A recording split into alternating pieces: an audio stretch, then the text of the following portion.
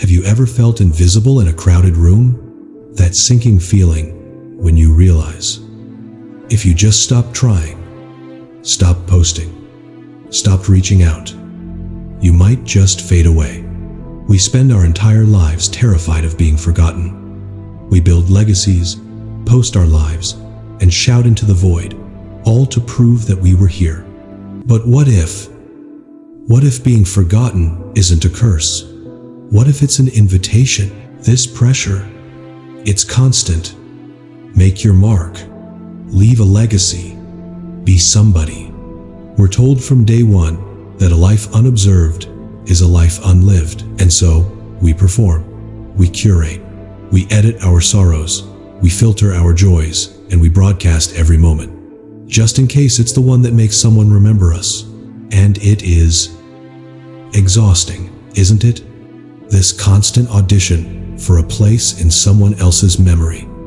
I've felt it.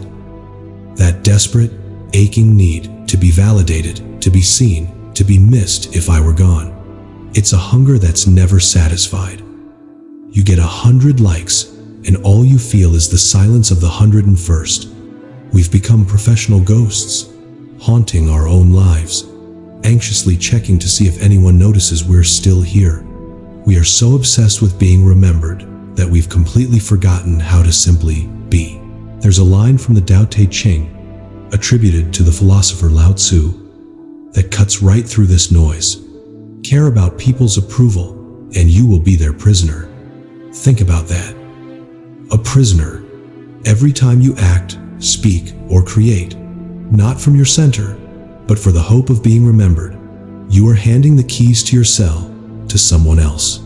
You are building your house in their mind, a mind you cannot control, a mind that will, inevitably, one day forget you anyway. The art of being forgotten is not about failure. It's not about becoming a hermit or giving up. It is the radical, rebellious act of unchaining yourself from the audience. It is the permission to be unremarkable.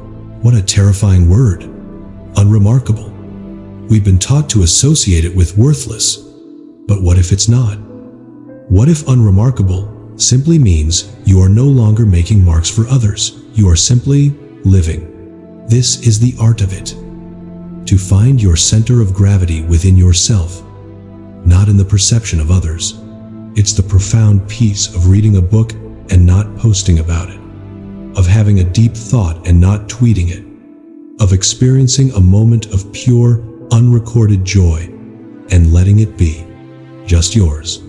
It's the difference between building a monument and cultivating a garden. The monument demands to be seen. It's rigid, it's cold, and it exists only to prove something.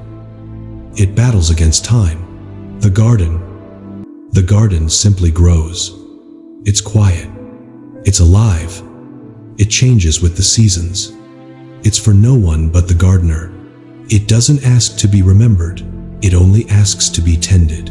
When you first try it, the silence is deafening. You will stop performing, and the applause will die.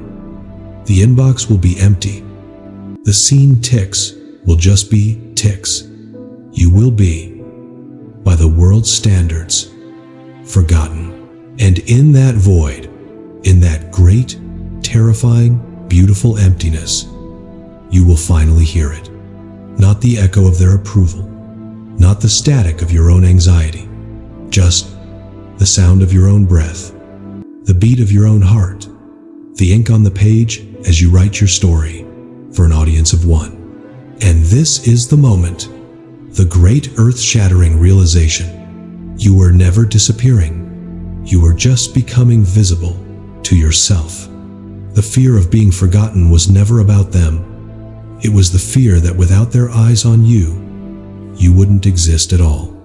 And here you are, existing, breathing, more real, more solid than you have ever been. So let the world spin on. Let them build their empires of memory.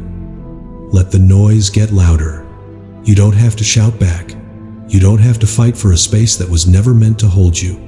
The art of being forgotten is the art of finally coming home. It's the quiet relief of setting down a weight you never even knew you were carrying. It is the freedom to be simply here, and then, just as quietly, to go.